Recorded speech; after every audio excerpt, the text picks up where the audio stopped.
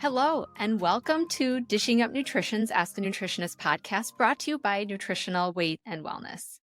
My name is Leah Kleinschrodt, and I'm a registered and licensed dietitian.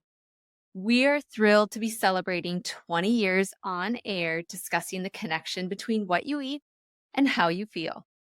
Thank you for your support and listenership over the years. And if you've enjoyed this show, let us know by leaving a review and a rating on your favorite podcast platform, because your feedback helps others find these important real food messages. So on today's show, I will be answering one question that we received from one of our Dishing Up Nutrition listeners. This listener asks, is there any truth to the relationship between calcium supplements and heart disease?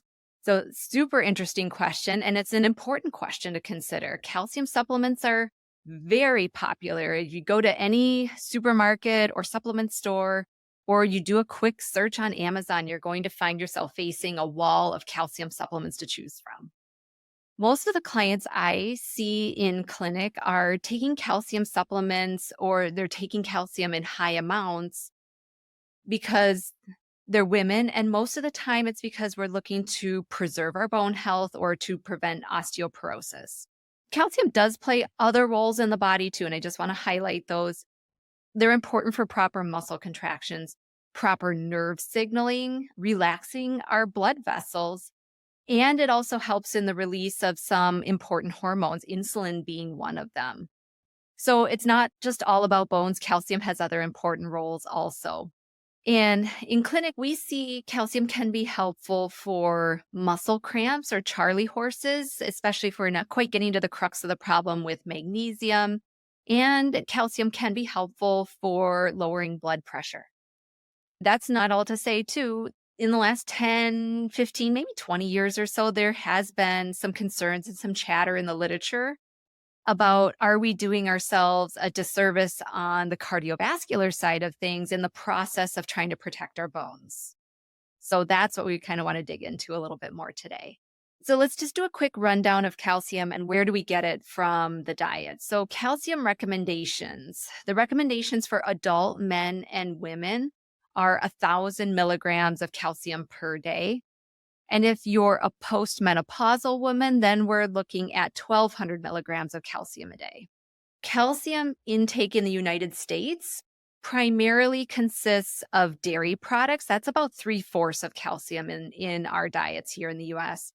But we also get calcium in some of our dark leafy greens. So think spinach, kale, bok choy, arugula, things like that. Almonds, some of our nuts and our seeds, bone-in canned fish. These are other real food sources of calcium. And then calcium is also fortified into different foods and beverages, things like orange juice, almond milk, tofu, different grain products. So think tortillas, bread, cereals, things like that. And fortified means that calcium has been added to that food where calcium wouldn't otherwise have been found in that food. According to the national database that tracks nutrient intake for the United States, the average man consumes about 1,083 milligrams of calcium per day from food alone. And for women, that number is about 842 milligrams of calcium per day. And let's just remember, this is for the average American adult. So likely they are eating a little bit more of a standard American diet, which is more likely to include some of those fortified calcium products like the juices and the breads and the cereals. So for the most part, according to those numbers, most adult men and women are meeting or at least getting close to those recommended amounts of 1,000 milligrams of calcium a day. So there is nuance there, but if we're just kind of pulling those numbers, that's what we're looking at. Now, I did take a look at some of the recent research calling into question calcium supplements and cardiovascular disease. I don't want to bore anybody. This part gets a little bit nerdy, so if you want to skip forward 15 or 30 seconds or so, you certainly can. But just to highlight some of the studies that are out there, there was a meta-analysis that was published in the journal Nutrients in 2021 that looked at 13 randomized control trials, and this involved over 40,000 healthy postmenopausal women. So this was a an analysis that was looking at a bunch of different studies and trying to pull together what the consensus was. This review concluded that supplementing with 1,000 milligrams or more of calcium increased the relative risk of cardiovascular disease by about 15%. There was a study that was published in the journal Diabetes Care that this was just published earlier this year that showed that daily supplementation with calcium was associated with a higher risk of cardiovascular disease in subjects who had diabetes, but not people who didn't have diabetes. And then this goes back a few years back to 2013, but there was a study published in JAMA Internal Medicine that showed that long-term calcium supplementation was associated with a 20% increased risk of cardiovascular disease in middle-aged men, but not in women. So if we're kind of looking at this from a 30,000-foot view, you can kind of see the data is a little bit all over the place. So again, it's an important question to be looking at, but there's also a lot of nuance that needs to be fleshed out. So before I continue on and talk about some of those nuance points, I'm going to pause here and take a quick break. When we come back, I'll share more about those nuances of calcium supplementation and just some of my thoughts about the research. So we'll be back in a moment.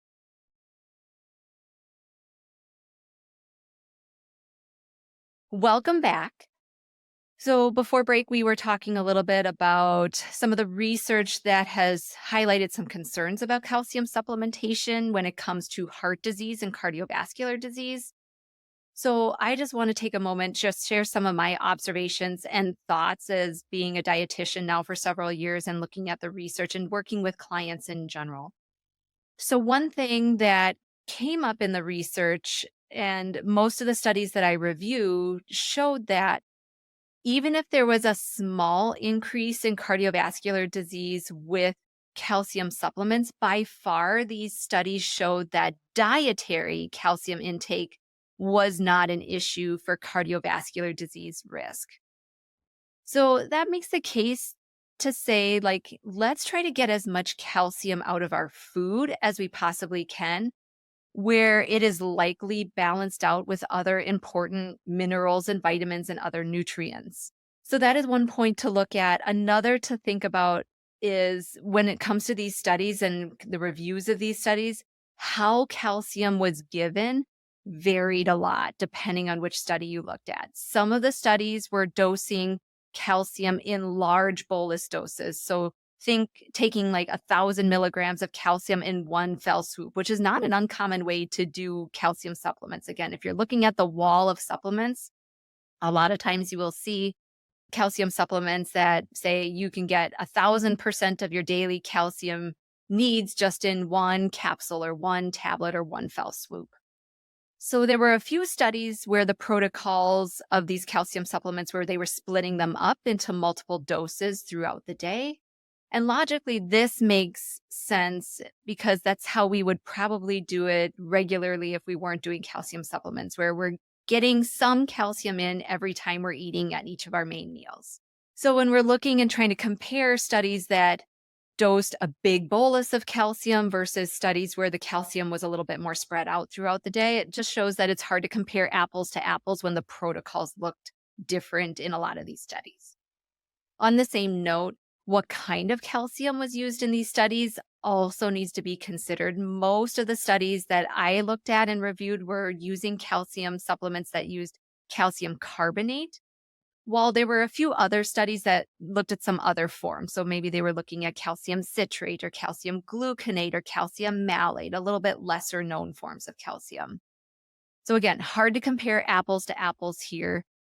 Calcium carbonate is probably the most common form of calcium used in supplements, but the absorption of calcium carbonate is very dependent on how acidic the stomach is. So if we think about how many people walk around out there that have heartburn, they take antacids or some kind of medication to decrease acidity in the stomach, kind of calls into question, like, how well are we actually absorbing some of our calcium supplements, especially a calcium carbonate, if the acidity in our stomach might not be up to par? So calcium citrate is less dependent on acidity. The absorption tends to be a little bit better with calcium citrate. And then again, it depends on the different forms. Some are going to have better absorption than others. no one knows exactly the mechanism of how calcium could be problematic for cardiovascular disease. So that's another point to look at. There's a lot of theories out there, but no one has kind of nailed it down and said, this is exactly why calcium is problematic, and this is the mechanism as to how it creates cardiovascular disease. And lastly, one of my biggest thoughts around this is that when we're looking at calcium supplementation, or we're looking at some of these calcium studies in relationship to heart disease, I didn't see any studies that looked at supplementing calcium with also looking at the other synergistic nutrients that we know are involved in calcium metabolism in the body. So that's kind of a mouthful. But so let's just say, again, like say if we're supplementing with calcium, are we also getting in adequate vitamin D? Are we also getting in magnesium? Are we also getting in vitamin K2?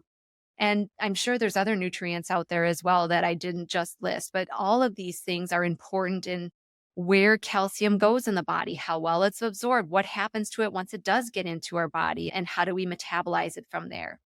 Vitamin K2 especially is important because that's the one that tells calcium to go to our bones and our teeth and not get deposited into our soft tissues or into our arteries or into our kidneys.